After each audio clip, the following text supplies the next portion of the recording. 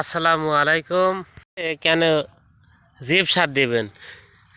গরুর জন্য ক্যালসিয়াম একটা গুরুত্বপূর্ণ বিষয়।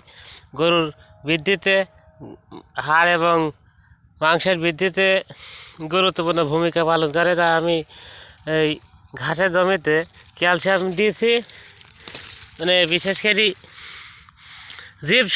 জিপ সারে আছে প্রচুর পরিমাণে ক্যালসিয়াম। যেসব বোনা হয়েছে পাতায় সব জড়িয়ে আছে, এই যে অসংখ্য গুঁড়ো করে দেওয়া হয়েছে।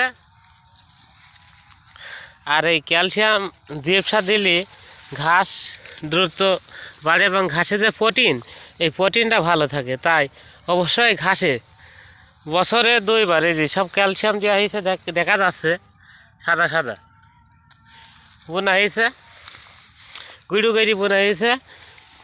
যে ঘাসে যে প্রোটিন, শুধুমাত্র ঘাস খালি যে ঘাস গরুর পেট ভরবে তা না, ঘাসের সাথে অবশ্য সে ঘাসে অবশ্য প্রোটিন থাকতে হবে যাতে গরুটা সুস্থ থাকে।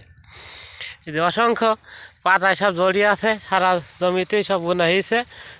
মাঝে যাই এই যে যা জানি অবশ্যই ঘাসে বছরে 2বার অবশ্যই ক্যালসিয়াম জিপ সার দিতে হবে। এই দেখা যাচ্ছে জিপ সারটা অতি গুরুত্বপূর্ণ একটা সার, যে গরুকে খালি পেট ভরালেই হবে না, তার ভিতরে কিছু দানা পানি আছে।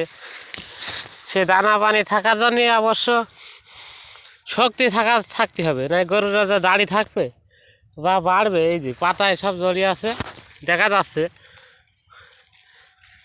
তাই অবশ্যই বছরে 2বার জিপ সার দেওয়া উচিত। আমি বছরে 2বার জিপ সার দিই।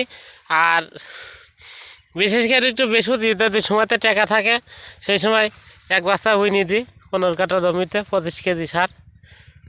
দামও কম, কাজও ভালো। শুধুমাত্র গরুকে যে ঘাস খাই পেট ভর্তি করলে হবে না। এই যেসব বোনা আছে, এই জমিতে এক বাচ্চা জিপ সার 25 কেজি বোনা হয়েছে।